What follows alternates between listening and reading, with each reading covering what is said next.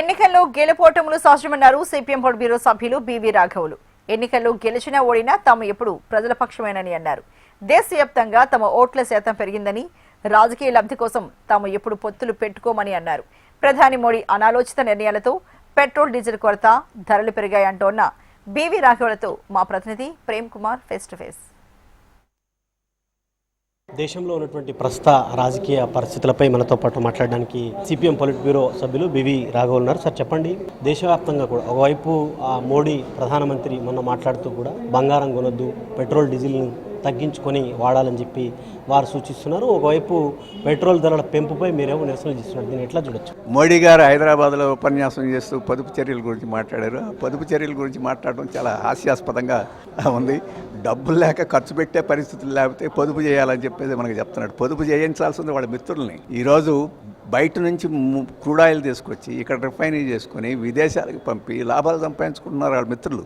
వాళ్ళకి పొదుపు చర్యలు, బంగారపు కేజీలు కొని, దిమ్మలు కొని, కడ్డీలు కొనేది మామూలు పేదలు కాదు, ధనవంతులు. వాళ్ళకి చెప్పకుండా ప్రజలకు చెప్పడం అనేది హాస్యాస్పదం ఒకటి. రెండవది, ఎందుకు పొదుపు చేయాలి? ఈరోజు వస్తున్న కష్టాలు ఎవరి వలన వచ్చినాయి? పొదుపు అనేది ఈరోజు విషయం కాదు గారు, నిరంతరం పొదుపు చేసుకోవాలి, అది ప్రజలు చేస్తారు. కానీ ఈరోజు అకస్మాత్తుగా పొదుపు గురించి ఎందుకు మాట్లాడుతున్నారు? ట్రంప్ గురించి మాట్లాడాలి, పొదుపు గురించి కాదు. ఎందుకంటే ఈరోజు మనకు కష్టాలు, నూనె క్రూడ్ ఆయిల్ దొరక్కపోవడానికి కారణం, మన రూపాయి విలువ పడిపోయి బంగారం ఇటువంటి వాటన్నిటికీ డాలర్స్ ఎక్కువ పెట్టాల్సిన దానికి కారణం అమెరికా. మరి ఈ యుద్ధాన్ని ఆపమని చెప్పేసి శాంతి కావాలని డిమాండ్ చేయకుండా, అలాగే క్రూడ్ ఆయిల్ మేము రష్యా నుంచి, ఇరాన్ నుంచి, వీటి నుంచి దిగుమతి చేసుకొని ధరలు తగ్గిస్తామని చెప్పడం మానేసి ప్రజలకి మీరు భరించండి, మేము మా మిత్రుల కోసం మేము పనిచేస్తామని చెప్పి ఆ రకంగా దేశభక్తి కాదు, దేశ ప్రజలకు ద్రోహం చేసే పద్ధతిలో ఈరోజు మోడీ ప్రభుత్వం ఈ పొదుపు చర్యల గురించి మాట్లాడుతూ ఉంది.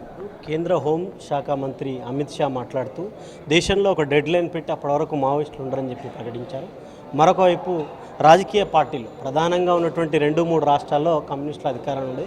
రీసెంట్గా దేశంలో కమ్యూనిస్టులు అధికారంలో లేని రాష్ట్రం ఉన్నట్టుగా ఇప్పుడైతే ప్రస్తుత రాజకీయాలు చూస్తున్నాం. కేరళను కూడా మీరు కోల్పోయారు, ఎట్లా అనిపిస్తుంది? ఈ కమ్యూనిస్టులకి ఒక రాష్ట్రంలో కూడా ప్రభుత్వం లేదనేది నిజం. ఒక రాష్ట్రంలో కూడా ప్రభుత్వం లేని రోజులు గతంలో కూడా ఉన్నాయి. తర్వాత ప్రభుత్వాలు వచ్చినాయి, ఇప్పుడు లేదు. మళ్ళీ భవిష్యత్తులో ఏం రావని చెప్పేసి గ్యారెంటీ లేదు.